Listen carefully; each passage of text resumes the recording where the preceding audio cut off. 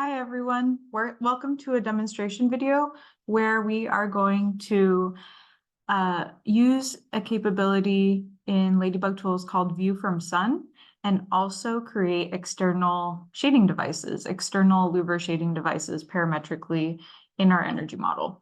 So the first thing that I'm going to do is set up our exterior shades.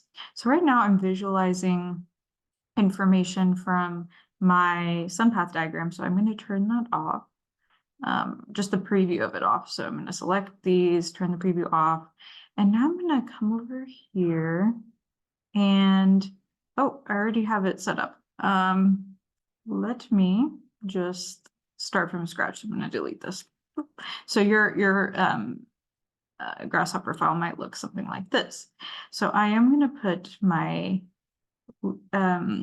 louver shades right here. It doesn't matter where you put them in as long as you input them after you create the windows. So I create the windows here. Here I'm just turning off the heating and cooling system. I'm going to set up my louver devices right here because I have space. So the way to do that is you go to the honeybee tab, which is here, and then you go to create and you choose honeybee louver shades. There are other ways to make shading devices that we're going to go over. This way is a quick way, and it's really easy to be parametric because you can easily pass shading depths and shading orientation preferences, and it'll quickly create it for you. So I'm just going to use honeybee louver shades and put it there. And now I'm going to connect it into my workflow. So the honeybee rooms are getting passed to this component, and then they're going to get passed to this component, which creates my energy model. So that's all feeding eventually into this component, which runs the energy model. Okay, so what I want first to do is set up the depth of the shades. And the cool thing is that I'm going to turn off my dimensions here. Actually, I'll go to this layer, turn this off. So we're only seeing the energy model. The depth, it can be input. You can input one depth if you want. So let's double left click in the canvas and do a number slider from 0 to 10. And the units for this depth is going to be the same as your Rhino units. So let's put that in there, and you'll notice that nothing is changing because the visualization that we're seeing is coming from way over here. It's before we implement the shade. So we want to visualize the rooms at this point. So I'm going to swap that out.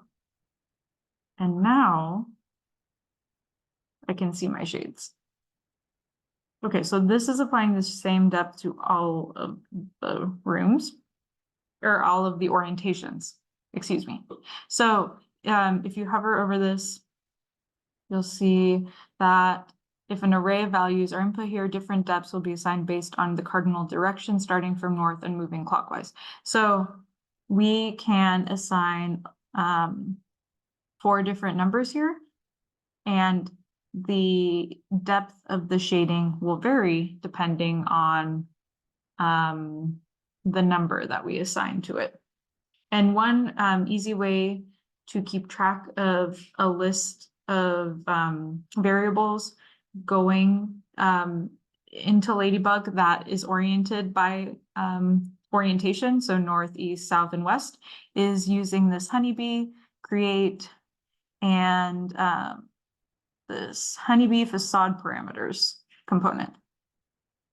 It's basically a nice way to keep track of a list of data that we're sending to a component that is setting up different parameters per orientation. We used it over here as well to set up different window to wall ratios per orientation. So now let's copy and paste this component a few times. These number sliders, whoop, and let's plug them in to here. And now we can plug in the depth there. So this is if you want different shade depths per orientation. I'm just gonna keep the south one. So I could just have one. And then feel free to play around with these other parameters too. You can change the shade count. You could change the distance between the shades, the offset from the face, and all of these can be input. You could either put one variable in, or you can put multiple using this honeybee facade parameters for each orientation. So feel free to play with this. One I wanted to talk to you about is this flip start.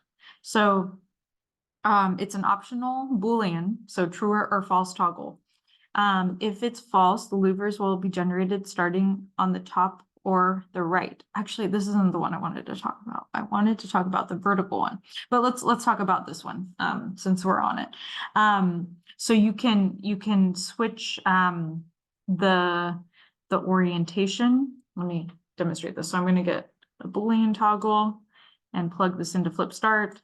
So I could have the shading device on the bottom of the window, which wouldn't be super practical in this instance. Maybe if there was another window underneath, it would be helpful, but not practical. But I'm going to get another Boolean toggle. Let's say I have them set to vertical. Now this makes a little bit more sense because you can switch the location of the vertical fins. You can also plug in multiple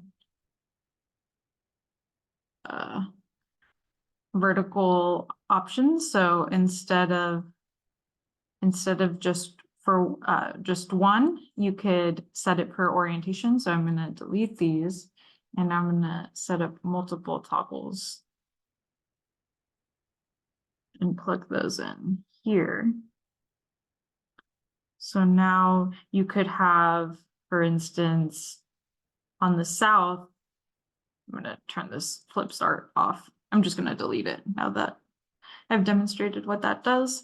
I'm going to have a top, and then maybe on the east and west, I could have vertical. So let's make this 1 and 1, and I have one little vertical. Let's change the number. So I'm going to actually just copy all of this and paste it and change the shade count. So on the north, 0. On the east, let's have multiple. On the south, let's just have 1. And on the west, we can have multiple as well. So this is a fun tool to use. One thing to keep in mind is right now, the apertures by ratio that's creating our windows, the subdivide is set to false. Let's see what happens when we change it to true. The proportions of the glazing totally change.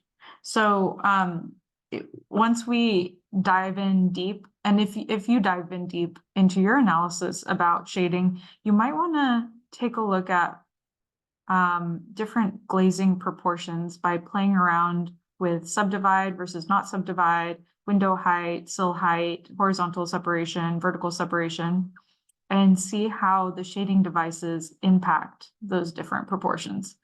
But I think as a starting point,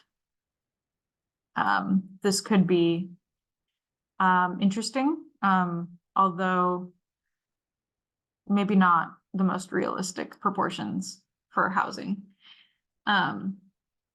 But yeah, so definitely play around with these options, especially if you're studying shading. Because if you're not studying shading, the glazing proportions don't really matter so much. But once you start studying shading, that is very proportion specific. Just keep that in mind. Okay, so oops. Now what we're going to do in this last part of the video is set up the view from the sun. So in order to do that, we're going to go to Ladybug, Analyze Geometry, Ladybug View from Sun. And you'll see that the only thing that it wants is a vector. And if you hover over it, it'll say, use the Ladybug sun path component to generate sun vectors. So this is the direction of the sun as a vector coming out of the sun path. And it is dependent on the hour of the day. So grab the vector here and plug it into there, and you'll have a window pop up. You can zoom in, sometimes it's zoomed really far out. And this is the view from the sun on the day that you specified, January 21st at noon. So this tool is really effective. Let's say you really want to minimize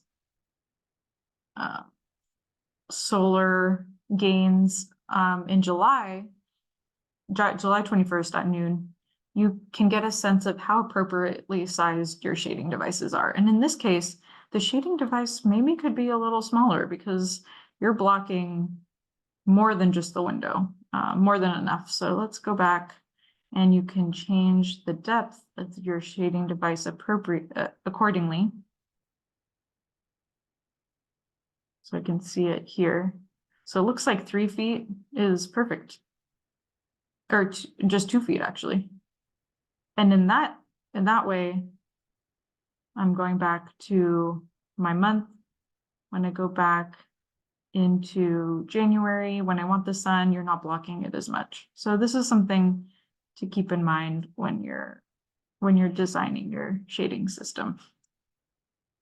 Another option for displaying this view from sun is having a center point.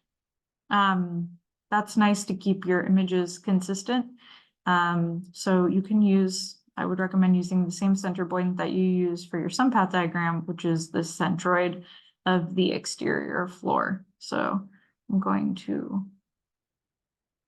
plug in the center point there. Oops, and now we'll go through the year. It's going to rotate the image with that center, around that center point. This is going throughout the day, and then this is going throughout the year. Okay, so that was a quick overview on how to create exterior louver shades on your windows and use the view from sun.